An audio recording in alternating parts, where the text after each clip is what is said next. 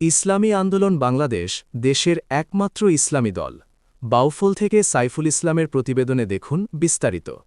পটুয়াখালীর বাউফলে ইসলামী আন্দোলন বাংলাদেশ ও হাতপাখা প্রতীকের প্রার্থী মালেক আনোয়ারীর ত্রয়োদশ জাতীয় সংসদ নির্বাচনের নির্বাচনী জনসভা অনুষ্ঠিত হয়েছে। শনিবার ৭ জানুয়ারি বেলা ১২টায় বাউফল পাবলিক মাঠে আয়োজিত জনসভায় প্রধান অতিথির বক্তব্য রাখেন ইসলামী আন্দোলন বাংলাদেশের আমির ও চরমোনাই পীর মুফতি সৈয়দ রেজাউল করিম।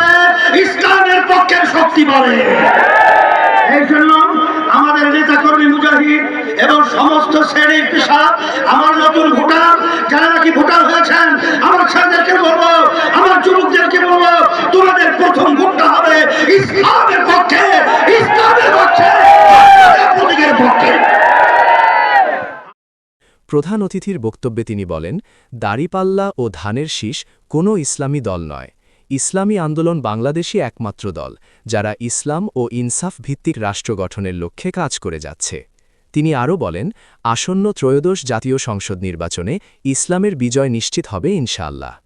পটুয়াখালী ২ বাউফল আসনে ইসলামী আন্দোলন বাংলাদেশের মনোনীত প্রার্থী মুফতি আব্দুল মালেক আনোয়ারীর সভাপতিত্বে অনুষ্ঠিত জনসভায় আরও বক্তব্য রাখেন ইসলামী আন্দোলনের কেন্দ্রীয় নেতা নাসির আহমেদ কাউসার, হাবিবুর রহমান মিসবাহ, বাউফল উপজেলা ইসলামী আন্দোলনের আহ্বায়ক ও সদস্য সচিব আলহাজ আবুল হোসেন হাওলাদার এবং মাওলানা নুরুল আমিন। ITV বাংলা।